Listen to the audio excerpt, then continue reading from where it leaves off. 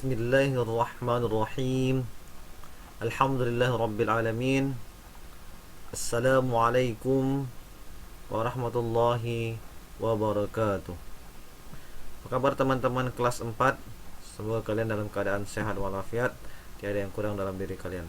Nah, teman-teman, berjumpa lagi dalam materi Al-Islam bab 3 tentang iman kepada kitab-kitab Allah Subhanahu wa taala. Apa kabar teman-teman ya? Semoga kalian semuanya dalam keadaan sehat walafiat.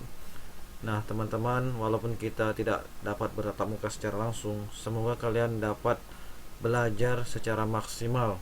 Nah, karena dalam jarak yang jauh ini ada hikmah yang kita harus petik pembelajaran jarak jauh ini. Yang pertama, semoga kita diberi keikhlasan dalam belajar. Karena tidak ada yang bisa melihat kita, guru tidak bisa melihat murid, dan murid hanya bisa menatap layar handphone atau layar yang lainnya, baik laptop maupun secara bisa melihat secara langsung lewat YouTube segala macam ya. Tapi belajarlah teman-teman dengan sungguh-sungguh.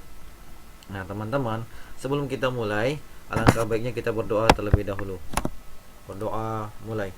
Bismillahirrahmanirrahim. Rabbi syarah li sadri wa yassir li amri wahlul 'uqdatam min lisani yafqahu qawli. Rabbi zidni ilman warzuqni fahman. Amin. Nah, teman-teman, kemarin kita telah mempelajari iman kepada kitab-kitab Allah. Tetapi ada submateri yang belum kita pelajari, yaitu tentang nabi yang menerima kitab-kitab Allah, nabi dan rasul yang menerima kitab-kitab Allah. Dan yang kedua, orang yang beriman kepada kitab-kitab Allah. Nah, orang yang beriman itu menyangkut tentang perilakunya. Nah, oke, baik teman-teman. Yang pertama adalah standar kompetensinya. Nah, kita lihat ya. Teman-teman menunjukkan perbuatan orang-orang yang beriman kepada kitab-kitab Allah.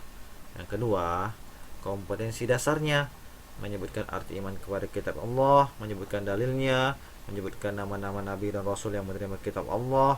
Nah, ini ada poin selanjutnya, dapat mengetahui dan menerima kitab-kitab Allah. Ingat ya teman-teman. Nah, siapa yang paham tentang Al-Quran, siapa yang menerimanya, itu adalah poin-poinnya.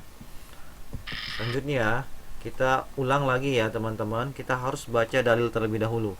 Dalil Al-Quran surat An-Nisa ayat 136. Oke, kita awal dengan bismillah. Bismillahirrahmanirrahim. Ya ayyuhalladzina amanu aminu billahi wa rasulih والكتاب الذي نزل على رسوله والكتاب الذي أنزل من قبل ومن يكفر بالله وملائكته وكتبه ورسله واليوم الآخر فقد ضل ضلالا بعيدا. Sadaqallahul azim. Ya ayyuhalladzina amanu aminu billahi wa rasulih. Wahai orang-orang yang beriman, tetaplah beriman kepada Allah dan rasul-rasulnya. Ya, wal kitabih, dan kepada kitab Allah. Ya, turunnya kepada rasulnya serta kitab yang Allah turunkan sebelumnya. Ingat, barang siapa yang kafir kepada Allah, malaikat-malaikatnya, kitab-kitabnya, rasul-rasulnya, dan hari kemudian, maka sungguhnya orang itu telah sesat sejauh-jauhnya. Nah, teman-teman, dalil ini mengajarkan kita kepada pentingnya kita belajar, pentingnya kita paham, dan pentingnya kita beriman kepada Allah dan malaikatnya serta kitab-kitabnya. Dan barang siapa yang tidak beriman, maka kita termasuk orang yang sesat sejauh-jauhnya. Pahami ya teman-teman, hafalkan dalil ini tentang pembelajaran beriman kepada kitab-kitab Allah. Nah, baik ya, kita lanjut saja materi yang kita akan pelajari. Nah, teman-teman, kemarin kita telah mempelajari pengertian kitab-kitab Allah ya. nabi yang menerimanya secara dalilnya. Sekarang kita sudah mulai lanjut ke pembelajaran selanjutnya, yaitu nabi dan rasul yang menerima kitab-kitab Allah. Nah, siapa sih nabi dan rasul yang menerima kitab-kitab Allah? Yang pertama Nabi Musa alaihissalam. Nah, Nabi Musa alaihissalam menerima kitab Taurat. Oke, penjelasannya di kemudian lagi ya. Yang kedua ada Nabi Daud alaihissalam. Nabi Daud alaihissalam menerima kitab apa teman-teman? Nah, betul. Nabi Daud alaihissalam menerima kitab Zabur. Selanjutnya ada Nabi Isa alaihissalam. Nabi Isa alaihissalam menerima kitab Injil. Nah, yang terakhir kitab Al-Quran. Yang menerima adalah Nabi Muhammad SAW. Nah, baik teman-teman, kita lanjut penjelasannya. Musa alaihissalam dan kitabnya Taurat. Nah, baik. Nabi Musa alaihissalam mendapatkan wahyu dari Allah untuk menyampaikan kepada kitab Taurat kepada Bani Israel. Sebelum mendapatkan kitab Taurat, Nabi Musa diperintahkan berpuasa selama 40 hari. Ketika Taurat diterima Nabi Musa di bukit mana? Di bukit Tursina. Nah, teman-teman, ini kitab Taurat ini juga isinya tentang apa? Keesaan Allah, tentang datangnya Nabi terakhir, yaitu Nabi Muhammad SAW. Dan teman-teman bisa membuka halaman 37 untuk penjelasan tentang kitab Taurat. Ingat, kitab Taurat diterima oleh Nabi siapa? Nabi Musa alaihissalam di bukit Tursina. Isinya tentang keesaan Allah dan mengisahkan tentang akan datang sosok Nabi yang terakhir, yaitu Nabi Muhammad SAW. Nah, teman-teman, lanjut. Nabi Daud alaihissalam. Nabi Daud alaihissalam, tapi siapa nama kitabnya? Iya, pasti kalian udah paham. Nama kitab yang diterima oleh Nabi Daud alaihissalam adalah Zabur. Kitab yang diberikan kepada Nabi Daud alaihissalam adalah Zabur. Nah, Zabur ini mempunyai ada nama lainnya teman-teman. Namanya adalah Mazmur. Ingat, Mazmur. Kitab ini masih mengikuti kitab Taurat. Nah, isinya tentang doa dan zikir, tentang pengajaran hikmah beriman kepada Allah. Nah, dalam kitab Zabur ini, nah, kita harus memahami. Nah, ada tentang kata-kata tasbih dan lainnya, memuji Allah. Nah, dalam kitab Zabur. Ingat teman-teman ya, isinya tentang kitab Zabur. Yang menerima adalah Nabi Daud alaihissalam. Nah, yang terakhir tentu teman-teman memahami Nabi Isa alaihissalam. Tadi apa nama kitabnya? Iya, Nabi Isa alaihissalam mendapat wahyu berupa kitab Injil. Di dalam kitab Injil terdapat petunjuk dan cahaya dan membenarkan kitab sebelumnya. Ada Taurat dan Zabur. Nah, juga mengisahkan dalam kitab Injil ini membenarkan juga bahwa ada seorang rasul yang terakhir, yaitu Nabiullah Muhammad SAW. Nah, teman-teman, dipahami ya, nabi-nabi yang menerima kitab-kitab. Selanjutnya, yang terakhir adalah Nabi Muhammad SAW. Tentu teman-teman sudah paham ini, bahwa Nabi Muhammad SAW diturunkan menerima kitab Al-Quran, diturunkan sebagai apa? Pedoman bagi hidup seluruh manusia. Nah, teman-teman, Al-Quran diturunkan sebagai pedoman ya, dipahami bahwa bukan hanya sekedar kita bisa membacanya, bukan hanya sekedar kita bisa menghafalnya, diusahakan kita bisa mengamalkan dan menghafalnya dan diamalkan dalam kehidupan sehari-hari, dan kita beriman kepada kitab Al-Quran yang diturunkan kepada Nabi Muhammad SAW. Nah, teman-teman, Al-Quran turun yang pertama adalah Al-Quran surat Al-Alaq ayat 1-5. Dipahami itu juga ya teman-teman, dipahami Quran surat Al-Alaq ayat 1-5. Awal ayatnya adalah Iqra bismi rabbikal ladzi khalaq. Nah, teman-teman, itulah tentang kitab singkat dari Kak Rizal tentang kitab Allah yang diturunkan kepada Nabi Muhammad SAW.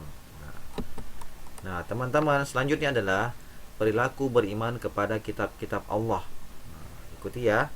Orang yang menghayati iman atau mengimani kepada kitab-kitab Allah akan tampak pada perilakunya sebagai berikut. Nah, teman-teman, yang pertama, meyakini kebenarannya kitab Allah sebagai kebenaran yang hakiki. Ya, tidak ada lagi kitab yang benar kecuali Al-Quran. Ya, dia meyakini ya yang hakiki dan mengimaninya. Nah, yang kedua, meyakini bahwa kitab-kitab Allah benar-benar wahyu Allah, bukan karangan Rasul. Wahyu Allah langsung dari Allah, bukan benar-benar dari Allah, bukan Rasul yang membuatnya. Ya teman-teman, seperti Al-Quran, Rasul kita Nabi Muhammad SAW adalah buta, tidak bisa menulis. Bagaimana seorang Rasul yang menerima wahyu dari Allah itu terlepas dari fitnah, karena Nabi kita Muhammad SAW itu tidak dapat menulis. Nah, selanjutnya adalah membaca Al-Quran merupakan suatu ibadah kepada Allah. Jadi setiap huruf yang kita baca itu ada kebaikan. Dua huruf yang kita baca adalah dua kebaikan. Kebaikan itu bukan arti kita diberikan makanan, minuman, memberikan kebaikan kepada lain, tapi kebaikan itu berupa pahala dari Allah, berupa ganjaran dari Allah. Nah ya teman-teman ya. Yang keempat, mempelajari dan mendalami Al-Quran. Nah inilah kewajiban kita, mempelajari dan mendalami Al-Quran. Dari buayan sampai kita masuk ke liang lahat, kita harus pelajari dan mendalami isi Al-Quran.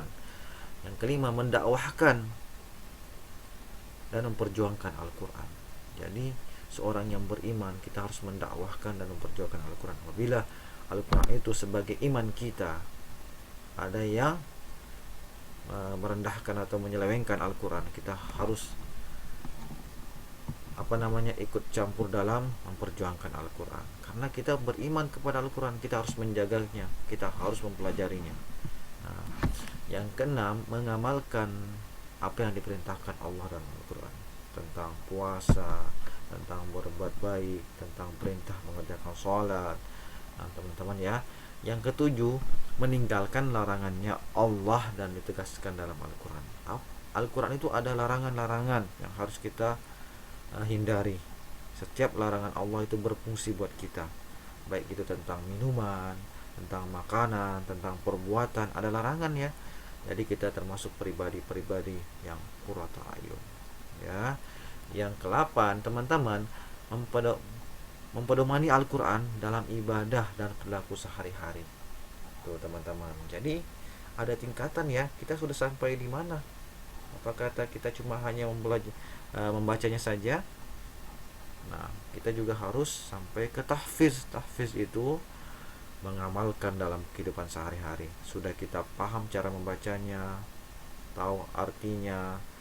Setelah itu kita pahami benar-benar bahwa Al-Quran itu untuk kita, untuk kebutuhan kita, dan untuk di kemudian hari, yaitu akhirat. Dan Iqra' Qur'ana fa innahu ya'ti yaumal qiyamati syafi'an li ashabiha.